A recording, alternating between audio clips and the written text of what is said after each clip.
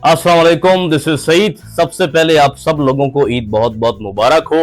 Drama जान निसार पे बात करना चाहूंगा और मैं आज आपको बताऊंगा कि मैंने शुरू में ही कह दिया था कि इस ड्रामे का जो सबसे बड़ा विलन है वो कशमाला है, जो कि नौशेरवां की अभी बीवी बनी हुई है, जो कि उसकी भाभी थी। और मैंने आपको ये भी बताया था कि जवार का जो कातिल है वो कोई और नहीं है, उसकी अपनी बीवी है कशमाला। और ये बात आप लिख लें कि आपको एंड में ये पता चल जाएगा कि ये सब कुछ उसने कैसे प्लान किया था और क्यों किया था। आपने जान निसार के प्रोमो में अभी जो लेटेस्ट प्रोमो आया है उसमें ये देखा है कि किस तरह से कशमाला ने हमला करवाया है, अटैक करवाया है नौशेरवां के ऊपर, उस लड़की को, मतलब दुआ को मारने के लिए। और फिर वो कॉल करके उन गुंडों से बात भी कर रही है कि मैंने सिर्फ ये कहा था कि आप उस लड़की को जान से मार दोगे, लेकिन आप लोगों ने क्या कर दिया। मतलब कि आपको ये दिखाया जा सकता है आने वाली एपिसोड में कि नौशेरवां को हो सकता है गोली लग जाए और वो हॉस्पिटल चला जाए, कुछ नुकसान हो जाए, लेकिन जो उसका मिशन था कशमाला का वो फेल हो चुका है। और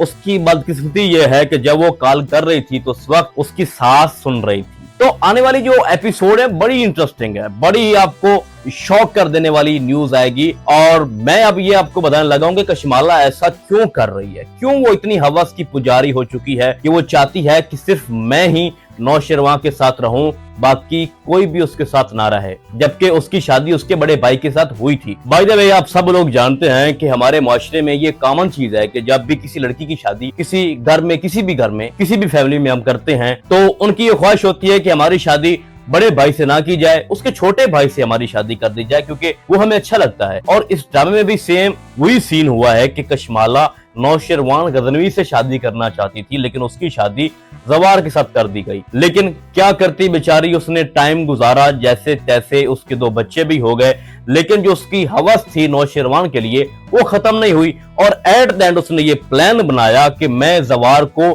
कत्ल करवा देती हूँ, सॉरी टू से, और उसके बाद ये होगा कि क्योंकि मैं इनकी खानदानी बहू हूँ तो ये मुझे अपने घर से नहीं निकालेंगे, और वैसे भी मेरे हिस्से में जो प्रॉपर्टी आती है तो कभी भी नौशेरवां का जो बाप है वो नहीं चाहेगा कि वो प्रॉपर्टी इसके नाम हो जाए। तो उसने ये सोचा कि मैं अपने शोहर को मरवा देती हूँ, तो उसके बाद मजबूरी बन जाएगी इनकी नौशेरवान के साथ शादी करने की। तो शादी तो हो गई, लेकिन नौशेरवान ने कभी भी उसको एक्सेप्ट नहीं किया एज अ वाइफ। हमेशा अब भी वो कह रहा था लेटेस्ट एपिसोड में कि मैंने आप लोगों की मजबूरी में आके उससे निकाह और शादी तो की, लेकिन मैं अपने भाई की रूह को कभी भी तकलीफ नहीं पहुंचाऊंगा। तो ये सारी रीजन कशमाला के पीछे यही थी, क्योंकि वो शुरू से ही नौशेरवां गजनवी से ही शादी करना चाहती थी। तो यहाँ तक तो मैंने आप लोगों को कशमाला की हकीकत बता दी है और यही एंड तक फाइनल है, आप लोग ये ध्यान में रख लो। अब आगे क्या हो सकता है भाई, देखो कशमाला ने अटैक करवाया, उसका मिशन नाकाम हो गया, दुआ भी बच गई, नौशेरवां भी बच गया। अब आगे जाके ये होगा कि दुआ और नौशेरवां अपनी लाइफ को बाकायदा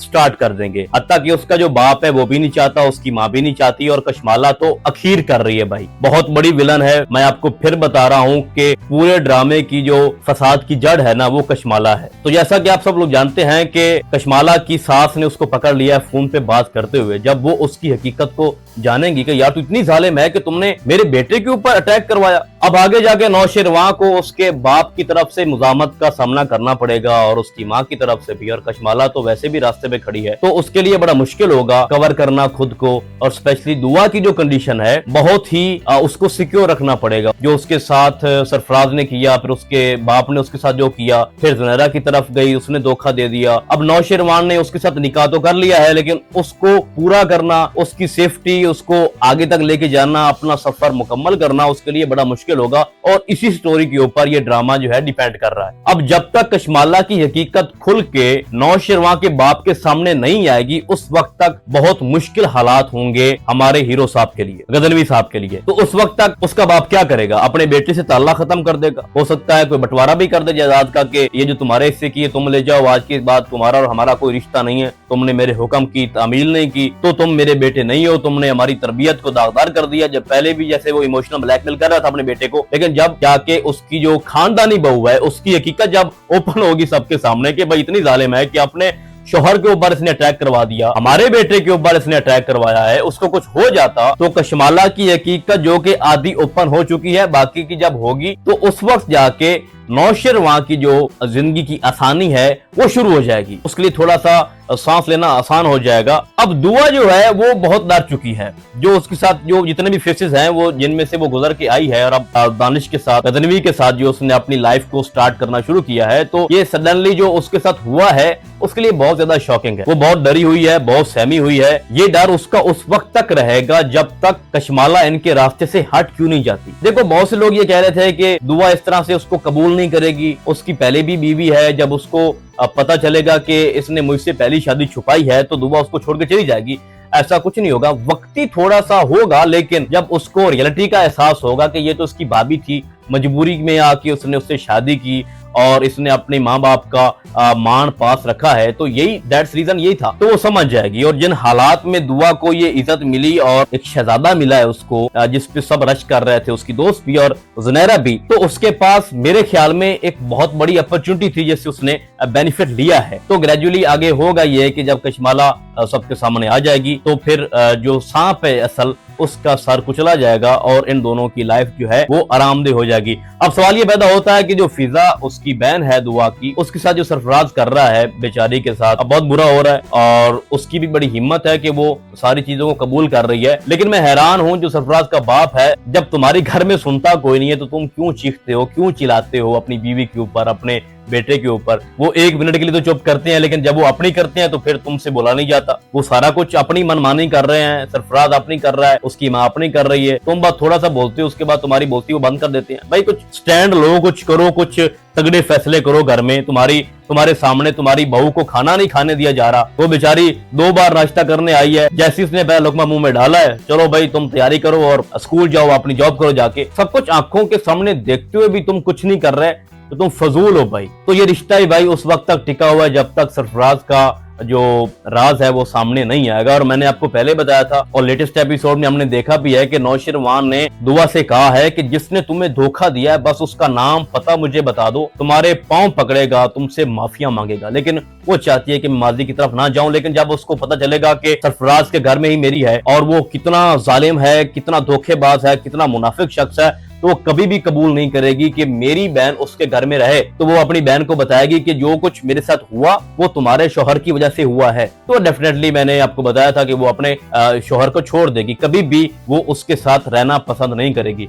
उसके बाद उसके बाप को दिखाया गया असलम साहब को, तो उसका दिमाग पहले से कुछ बेहतर है। मस्जिद के मौलवी साहब ने उसको काफी समझाया है, तो 2-3 और मुलाकातें उसकी करवाएंगे तो वो समझ जाएगा और उसको एहसास हो जाएगा कि बेटी और बेटे में फर्क नहीं होता, जो अल्लाह देता है उसी को हम सच्चे दिल से कबूल करते हैं। और वैसे भी इस्लाम में ये बताया गया है कि जिनके घर बेटी होती है वो खुशकिस्मत माँ बाप होते हैं। तो ये चीज भी उन्होंने पॉइंट आउट लाजमी करनी है, उसको एहसास हो जाएगा कि बेटियां रहमत होती हैं और मुझे नेगेटिव उनके बारे में नहीं सोचना चाहिए। तो बात करने का मकसद ये है कि बहुत बढ़िया किस्म की स्टोरी है और मैं आपको क्लियरली बता रहा हूँ कि इसकी एपिसोड काफी ज्यादा है, 40+ होने वाली है, क्योंकि एक वीक में 3 एपिसोड आ रही हैं। तो इसका मतलब ये है कि स्टोरी बहुत ज्यादा जो है वो फैली हुई है। और वैसे भी कोई फास्ट एपिसोड नहीं दिखाई जा रही, बड़ा आराम से स्लोमो स्पोर्टिव कैरेक्टर हैं, उनको भी ज्यादा साथ साथ वो जो है रगड़ा दे रहे हैं। तो इसका मतलब ये है कि ये ड्रामा इतना जल्द खत्म होने वाला नहीं है। लेकिन मैं ये चाहता हूं कि हर एपिसोड में ज्यादा से ज्यादा जो मेन कैरेक्टर्स हैं उनको ही दिखाएं। लेकिन चूंकि दुआ और गजनवी साहब की जो स्टोरी है वो बाकियों के साथ बंधी हुई है, तो उनको भी बराबर टाइम दे रहे हैं, बल्कि ज्यादा टाइम दे रहे हैं। तो भैया जी आने वाली एपिसोड बहुत ज्यादा इंटरेस्टिंग है और मैं आपको बता रहा हूँ कि इस ड्रामे का जो एंड है ना, वो जवार के कातिल के मिलने पर ही होना है और वो कशमाला है और उसकी रियलिटी बस ओपन होने की देर है। तो ये ड्रामा वाइंड अप होता जाएगा और बहुत सारी चीजें सॉल्व आउट हो चुकी है। जो इंपॉर्टेंट चीज थी वो ये थी कि दुआ और गजनवी साहब किस तरह से मिलेंगे। उनका निकाह हो चुका है, अब उनकी शादी हो चुकी है, तो वो मामला तो खत्म हो चुका। अब बाकी का जो इशू है वो ये है कि अब कशमाला को कैसे रोकना है, उसका राज कैसे ओपन होना है और उसके जो माँ बाप हैं गजनवी साहब के, वो उसको कब सपोर्ट करेंगे और कब तक वो उसको मजामत देंगे अपनी। तो बहुत मजा आने वाला है आने वाली एपिसोड में, आने वाली स्टोरी में। तो उम्मीद करता हूँ कि आपको आज की वीडियो बहुत पसंद आई होगी। हम आपको बहुत जल्द मिलेंगे किसी और ड्रामे के नए रिव्यू में, तब तक के लिए अल्लाह हाफिज।